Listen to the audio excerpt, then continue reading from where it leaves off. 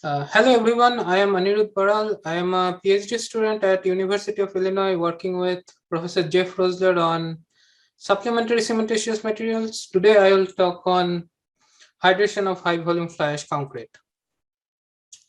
So these days there are lots of talk about sustainability of concrete, and decarbonization of concrete is getting attention following the Paris Climate Agreement. And the aim of this Paris Climate Agreement was to keep the rise in mean global temperature to 2 degrees centigrade. And that will need a complete decarbonization of concrete industry by 2100. To achieve this complete decarbonization by 2100, international energy agencies did a study and came up with a initial goal to achieve 50% decarbonization by 2050. However, recently, Portland Cement Association published even a more aggressive goal to achieve 100% decarbonization of concrete by 2050. Now, even if we go by the less aggressive goal, like how do we even achieve decarbonization up to 50%? So again, if we go by the report by International Energy Agency, they thought that carbon capture technique will be extremely important for this, which will contribute to 18% of decarbonization. And then there is the main part that we are interested in. It's the modification of concrete production and usage, which will contribute to 32%. And there are four different parts of it. First is you can improve energy efficiencies of current cement plants through improving grinding techniques. The second one is using less carbon intensive fuels in cement plants like biofuels. And the third is reducing cement clinker to binder ratio. That is extremely important. And the another one is using alternative binding materials. Out of these four that I have talked about, the last two are the ones that affects concrete significantly, and we as civil engineers need to develop techniques to embrace the challenge and go forward with that. So one of the concrete that falls into this 3 and 4 categories is high volume fly ash concrete. In this presentation, we'll define high volume fly ash concrete as 40% cement replacement of concrete by mass. So it can lead up to even 50% cement replacement by volume. We already know that high volume fly ash concrete has multiple benefits such as lower carbon footprint and lower cost. We can also, another benefit is we can also use existing concrete production system and construction equipment that we have for today's construction to use that for high volume fly ash concrete applications as well. And another benefit is that we already know a lot about high volume fly ash concrete these days. There are a lot of dams and mass concreting applications that have been done since 1950s using high volume fly ash concrete, and we know that they are performing pretty well. So it's a relatively low risk technology. We all know that fly ash in concrete today is kind of ubiquitous, and every agencies recommend using fly ash in their concrete for durability purposes and lower. And there are other benefits as well, like lower cost, low high heat of hydration, so you can use it for mass concreting. However, there are some challenges as well. Like for example, we know that if we are using fly ash, we need to use air entrainer we need to use more air entrainer to achieve the 6% air entrainment criteria that generally DOT set. It can also have longer setting times and lower release strength gain. So there are also some other issues. For example, these days people are talking about supply issues. We know that there are supply issues in parts of USA, mostly due to coal power plants closing down. And also some coal power plants are using air pollution control systems such as trona injections, and that can also make fly ash unusable for concrete application. However, there are some good news as well. For example, some new sources are coming up. Some suppliers are planning to use reclaimed ash from ash ponds, as these ash ponds pose significant risk for groundwater contamination. Other than reclaimed pond ashes, there is also ground bottom ashes that may become a very good source of coal ash, and thus we believe that there will be at least ample fly ash available in significant parts of United States for high volume fly ash concrete applications. So high volume fly ash concrete has as we talked before, like high volume fly ash concrete exacerbates the challenge related with conventional fly ash replacement. Improper air entrainment decreases freeze thaw durability and causes salt scaling. Longer setting times of high volume fly ash concrete affects construction activities and saw cutting. For example, we made a very small patch of high volume fly ash concrete test section in Canton, Illinois, and we had severe raveling in the saw cuts as the construction crew was not experienced with this material. High volume fly ash concrete also has low early strength gain, which affects the road opening time, especially for patching mixes. Both longer setting time and lower early edge strength can be attributed to a lower early edge hydration rate. And in this presentation, we'll mostly focus on this hydration part of high volume fly ash concrete. One of the easy ways to track hydration of cement system is through using a calorimeter. It is a fast and convenient setup as it does not require human intervention after you start the experiment. We can monitor hydration rate and find both initial and final setting time using this technique. We can also get some idea about some sulfate imbalance from calorimeter. For example, in this figure at right bottom, you can see we can say that if the peak 1 and peak 2 are too far apart, we can say that there is some sulfate imbalance in there. Similarly, if the heat flow at peak 2 is higher than that of peak 1, we can say that there is lack of gypsum in the system. In this presentation, we performed all of the studies with 0.45 water to binder ratio and at 22 degrees centigrade temperature. Now, before we discuss how to accelerate setting times of high volume fly ash concrete, we need to know why high volume fly ash concrete have a longer setting time. There are many reasons behind a longer setting time of high volume fly ash concrete, but one of them is sulfate imbalance. Fly ash generally has a negligible amount of gypsum present, but it may have a significant amount of calcium aluminate present, specifically for class C ashes, which can cause shortage of sulfate in high volume fly ash systems. A shortage in gypsum also decreases the amount of calcium dissolving from gypsum, and which in turn decreases the CSH precipitation rate. And that in turn delays the setting time. For example, you can see that in the image at the right that we had fly ash 1, 2, and 3 and 4. Out of them, 1 to 3 are class C ash, and fly ash 4 is the class F ash. You can see that here we have major problems mostly with the class C ashes. That's because of sulfate imbalance. Because class C again has a lot of calcium aluminate present, and this sulfate imbalance is further affected by chemical admixture as it affects gypsum dissolution. Now, how can we reduce this sulfur shortage in high volume fly ash concrete system?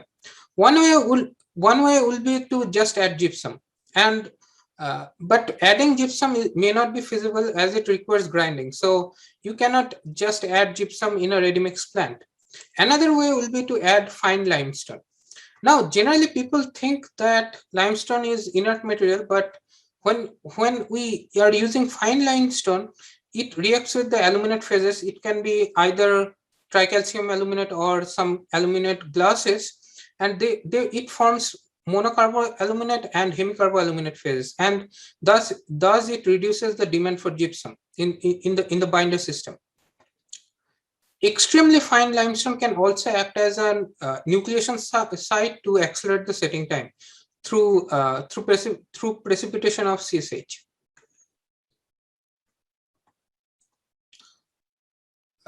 So we started looking at limestone replacement in the straight cement mixes first.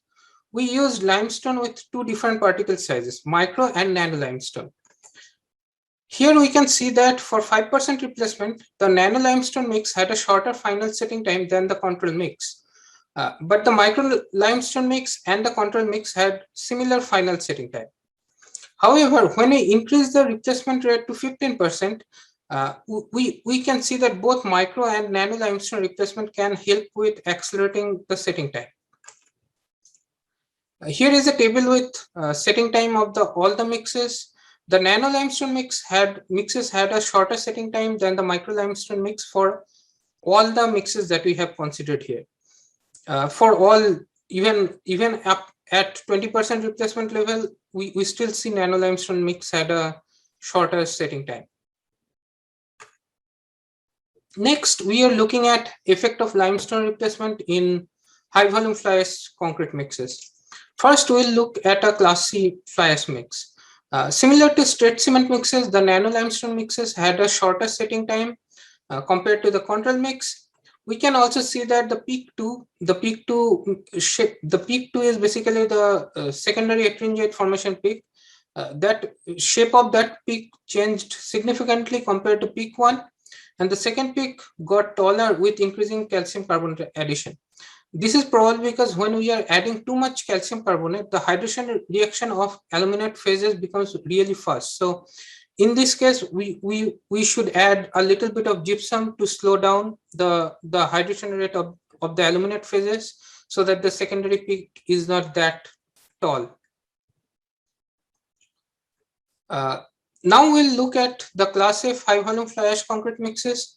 Here also the setting time of nano limestone mixes were lower than the micro limestone mixes, but we did not see significant change in the peak to shape with limestone replacement as we saw in the Class A mixes. That is because we don't really have too much calcium aluminate phases in Class F ash.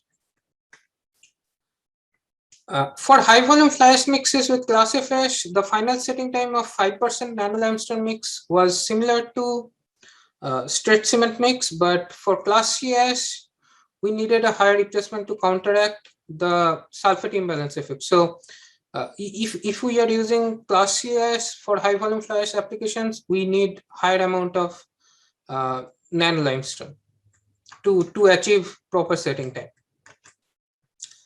Now we have talked a lot about setting time in lab. So we also may need to determine setting time in field. So there is a technique called non-contact ultrasound that we'll talk about, and it's important because isothermal calorimetry measures setting time at a fixed temperature, and field temperature can change setting time significantly. And as we talked about before as well, that setting time is extremely important to know in field conditions because it affects construction schedules such as saw cutting time of concrete pavement. So this technique was developed by our research group, and they published a paper recently in ACI Materials Journal. This equipment basically has a transmitter, a contactless transmitter that propagates 50 kilohertz wave, and then we have receivers, and we have an acoustic baffle in between the transmitter and the receiver to dampen the direct acoustic signal so that we get leaky Rayleigh wave signal that I'll talk about in later. So this is what it looks like in field, and so we use this instrument to measure setting time in both field and laboratory. So how do we use this instrument to measure setting time? So when concrete is totally liquid, it does not have any shear strength. If concrete does not have any shear strength, it cannot have any leaky relief. And as concrete gets hardened, the amount of leaky relief increases over time.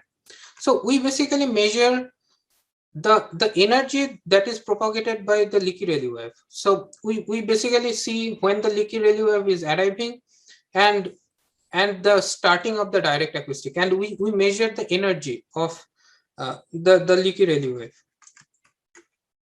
and then we get something like this. We plot the area. Area is basically similar as the energy over time, and we see a sudden jump in area, and we call that as the final setting time. Here it's at 322 minutes. We performed this test with we compared this test with calorimetry as well, and we saw that our test results are not too different from calorimetry. For example, for control mix, we got 5.4 hours in non-contact ultrasound, and for calorimetry, we got 5.7 hours. For high volume fly ash concrete system, it was a delayed setting. So for non-contact ultrasound, we got 14 hours, and for calorimetry, we got 15.2 hours. So it can be a little bit different, but not too different. So we use this equipment in field as well. We constructed a high volume fly ash concrete patch in Canton, Illinois in October 2019. It was a 10-inch pavement, patch on crushed aggregate base. We made both control mix, which had 25% class C ash, and high volume fly ash concrete mix, which had 40% class C ash. And here we can see that for the control mix, we saw that the setting time was 4.2 hours. And for high volume fly ash concrete mix, we could not actually determine the setting time because the setting time was too long, and there was not enough time for us to collect the data. So you can see that it's increasing smoothly over time. So we know that the high volume fly ash concrete did not set at 7 hours. In summary, we'll say that pavement construction with high volume fly ash concrete is more sustainable and less costly, but there are challenges with air entrainment and early age hydration. Fine limestone can accelerate the setting time of high volume fly ash concrete through decreasing the sulfate requirement.